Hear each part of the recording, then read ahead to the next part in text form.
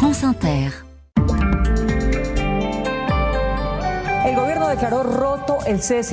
Et c'est d'abord en Colombie que nous sommes, Céline, où le président Gustavo Petro durcit son discours contre la guérilla. Il paraît loin, le temps où le gouvernement et les FARC s'entendaient pour mettre fin à la violence qui gangrenait le pays sur fond de trafic de cocaïne. En 2016, un accord de paix historique avait été signé entre les autorités et la guérilla marxiste, accord remis en cause aujourd'hui par une faction dissidente des FARC qui s'appelle l'EMC pour État-major central. Alors pendant des mois, le président Petro a tenté de négocier avec eux. Il faut dire que ce président de gauche a été élu en 2022 sur une promesse de paix totale dans le pays.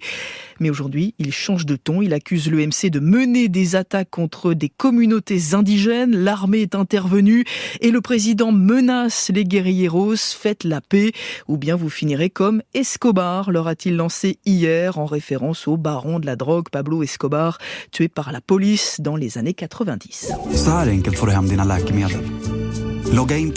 Nous allons en Suède maintenant, où les adolescentes vont bientôt devoir présenter une pièce d'identité pour acheter leurs produits de beauté. Oui, en tout cas dans les 400 magasins de la chaîne Apotek Hjärtart, qui est l'un des grands noms de la pharmacie en Suède. Désormais, la vente des produits de soins pour la peau va être réservée aux clients de plus de 15 ans.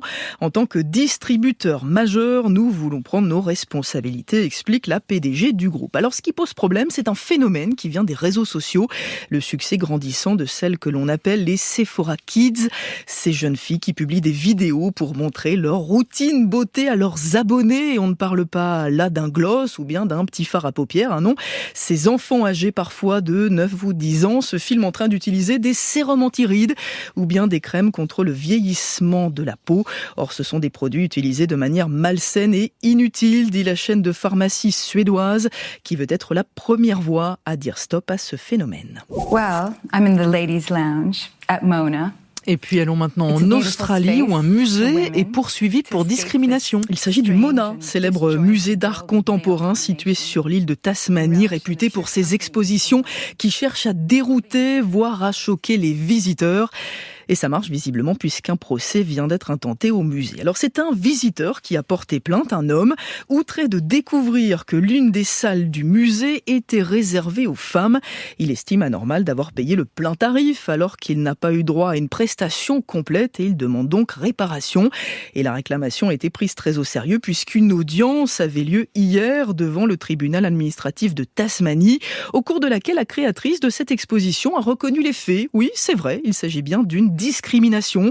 Kircha Cacheleux se dit même ravi de ce procès car c'est justement le but de cette exposition, rejeter les hommes, susciter leur frustration pour les faire réfléchir à ce que vivent les femmes au quotidien, pour les forcer à s'interroger sur la domination masculine. Alors la discrimination peut-elle être de l'art ?